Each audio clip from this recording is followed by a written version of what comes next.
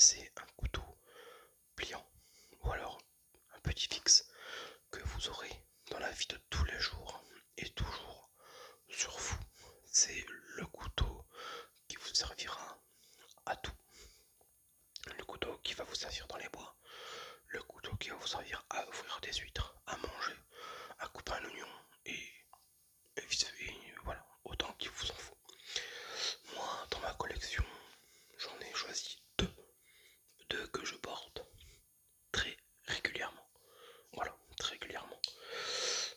Celui-là, donc, c'est deux couteaux que je vous ai déjà présentés sur la chaîne, donc je vais pas les représenter, mais je vais vous expliquer le pourquoi et pourquoi moi je les ai dans ma poche. Le Kershaw, voilà. Alors, le Kershaw, c'est celui-ci, c'est le 3420 ST avec une lame en 8 serres très mauvais, donc une très bonne qualité de lame. C'est une lame que je n'ai pas toujours besoin d'affûter car elle garde son tranchant très longtemps. C'est ça aussi qui est important, c'est qu'il faut pas, vous n'allez pas toujours devoir vous trimballer avec une pierre à aiguiser, une pierre à affûter. Faut quand même essayer de trouver un couteau avec une bonne lame, une bonne référence de lame, comme du D2, du X75 ou du C1428. Enfin, je sais plus c'est lequel, mais en tout cas, tout ce qui est, on va dire, que la dureté elle soit ok pour de la cuisine et aussi pour poser avec. Voilà. Alors d'abord, ça doit être un couteau qui doit vous plaire. Voilà, tout simplement. Premier critère, un couteau qui doit vous plaire. Après, un couteau, comme je vous disais tout à l'heure, avec une qualité de lame nickel. Voilà. De 3 plutôt. Qu'est-ce que je vais faire de ce couteau? Donc d'abord, avant de l'acheter, notez vos critères sur une feuille et réfléchissez à tout ça. Est-ce que vous allez souvent en nature? Est-ce que vous allez souvent à la pêche, la collection, manger, faire de la préparation? Voilà, c'est un tout. Moi, selon mon utilisation, je suis parti sur du tactique, bien sûr, et de l'industriel. Voilà, parce que vaut mieux investir dans un couteau pas cher qui vous fera pas mal le jour où vous allez le perdre, car qui dit tous les jours sur vous, potentiellement avec plus de chances de le perdre, tout simplement.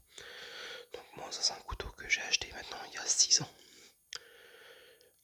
voire plus, ouais, plus que 6 ans, et il m'a coûté une cinquantaine d'euros à côté d'une armurerie sur Tourcoing, parce que quand j'étais au conservatoire à Tourcoing.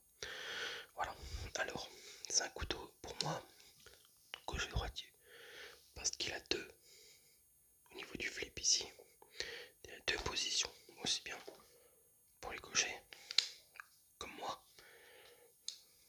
ou alors pour les droitiers. Hop, voilà, et là il est ouvert. Système d'ouverture liner lock, voilà, comme vous avez vu.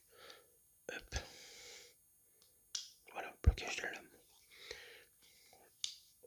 Là, au niveau de la lame, semi-cranté, donc taillage, gros coupage, comme ça.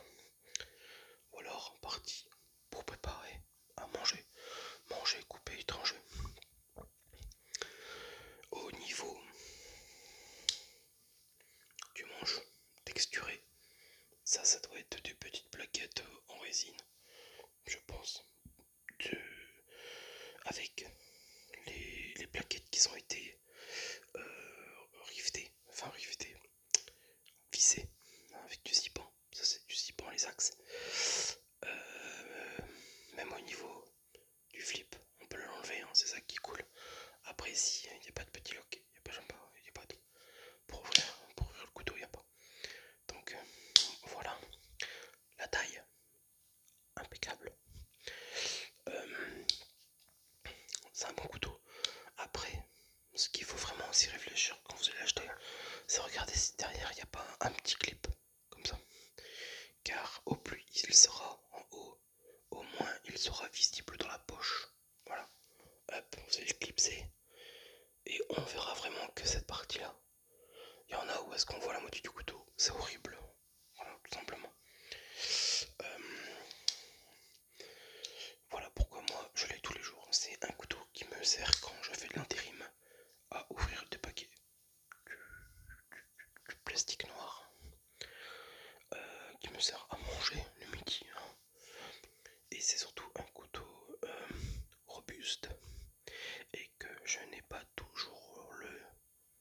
besoin d'affûter. Voilà. Sur 6 ans, je l'ai peut-être affûté même pas 10 fois, même pas 5. 5 sur fois. 5. Voilà un petit peu pour ces lignes, pour le Kershaw. Bon, vous avez vu la lame, hein, il est un petit peu usé, donc preuve que il marche bien. Le tranchant, hop, tranchant plat, il est vraiment pas mal, vous avez vu. Hop. C'est un couteau qui se ne salit pas trop. Voilà, prise de pouce ici. Et voilà. Alors c'est un couteau que j'ai sur moi très régulièrement, mais c'est un couteau que j'ai de moins en moins sur moi maintenant, car je l'ai remplacé par celui-là, celui que j'ai présenté il y a peu de temps. D'accord? Il y a peu de temps, c'est le couteau de chez Florinox. Donc pour moi il est moins polyvalent que celui-ci, car forcément sur la lame il n'y a pas de demi-crantage. Voilà. On n'est pas sur la même qualité d'acier. D'accord? Là on est sur de l'inox. Ouais, si je dis pas de conneries, on est sur de l'inox. On est sur une qualité peut-être moindre, mais ça fait son job. Du fait de la longueur de la lame qui est un peu plus grande quand même. Voilà.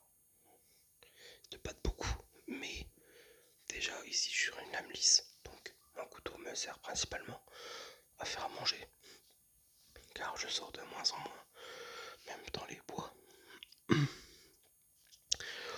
C'est un couteau que j'aurais pas peur de perdre, car comme je vous l'avais dit, il coûte que 15 euros. Voilà.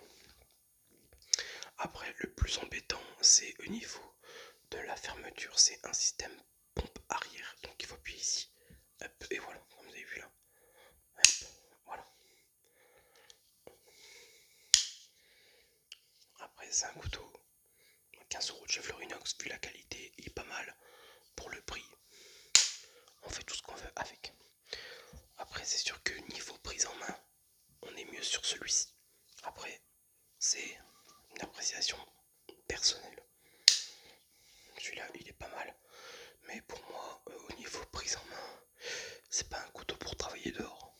D'accord, qu'on soit clair. Hein. Ici, si le couteau casse, on peut rien faire. Voilà, vous avez vu, c'est riveté, tandis qu'ici, c'est juste vissé. Voilà, c'est des axes vissés. Normalement, dedans, avec des roulements. Si je dis pas de bêtises, oui, dedans il y a un roulement à billes même. Hop, pas là, d'accord. Après, c'est sûr, comme je vous dis depuis tout à l'heure, c'est pas la même qualité, c'est pas les mêmes finitions. Donc choisissez bien votre couteau. Ça, c'est pour moi sortir un peu le casse-croûte. Je dirais même que ça pourrait être le couteau du gentleman couteau. Hein.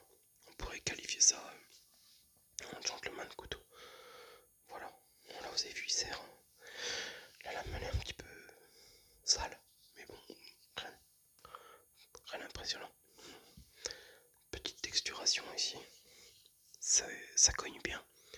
En tout cas, il n'a pas perdu son tranchant rasoir que j'ai eu en sortie de boîte, que je n'avais pas avec celui-là.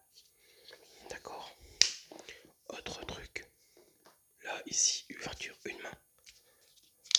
Voilà. Là, il faut. Voilà. Et quand on l'ouvre, on est obligé d'avec son pouce d'aller chercher sur le tranchant. Donc, il faut avoir l'habitude, ou alors il faut couper.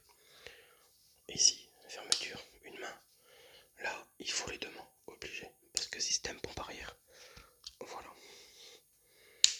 Et voilà, un petit peu pour ces deux couteaux.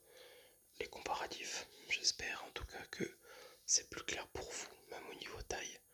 On est pratiquement pareil, mais on est vraiment sur deux utilisations complètement différentes.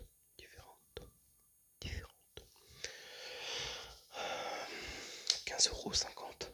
Voilà. Hop, pour faire un peu une idée.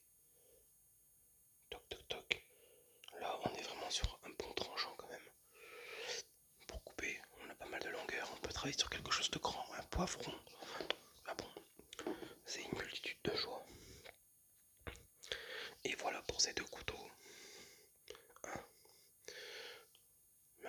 50 balles, 15, comme je vous dis depuis tout à l'heure. On peut pas demander ce qui n'est pas possible. Voilà, je vous laisse sur ces derniers mots. J'espère que ça t'aura plu et je te dis à bientôt. Salut, bye.